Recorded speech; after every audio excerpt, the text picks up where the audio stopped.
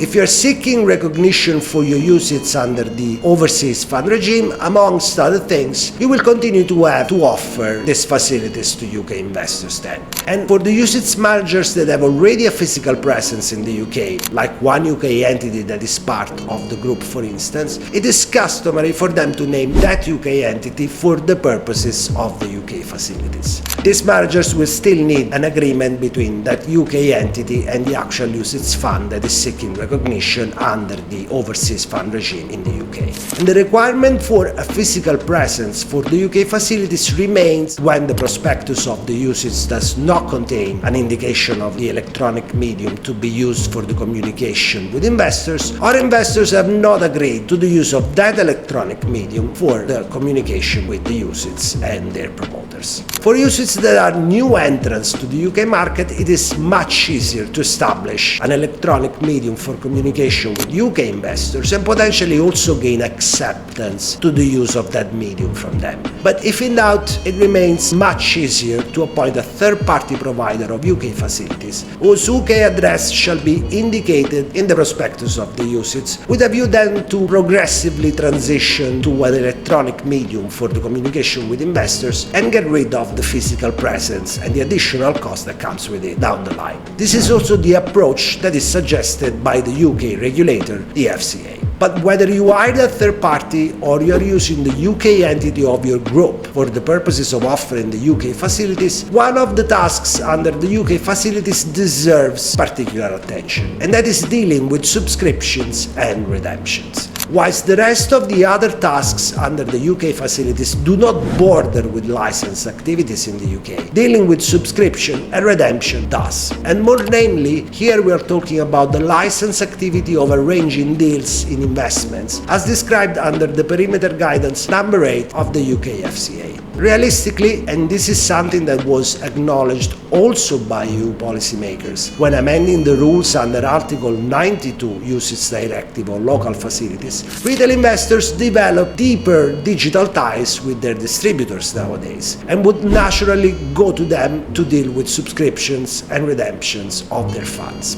That said, if a third-party provider of UK facilities states that they will deal with subscription and redemption, which is something that will be also mentioned in the prospectus of your UCITS, be wary and ask about their licensing. If they are not licensed, and we have seen many, they are likely purporting to carry out a licensed activity on your behalf and expose yourself to the consequences of that. The same is the case when a UK entity of the group takes the role of the UK facilities, especially if they have no license as such to deal with retail investors. There are specific ways to provide this part of the UK facilities that reduce the risk of being seen as carrying out a licensed activity in the UK.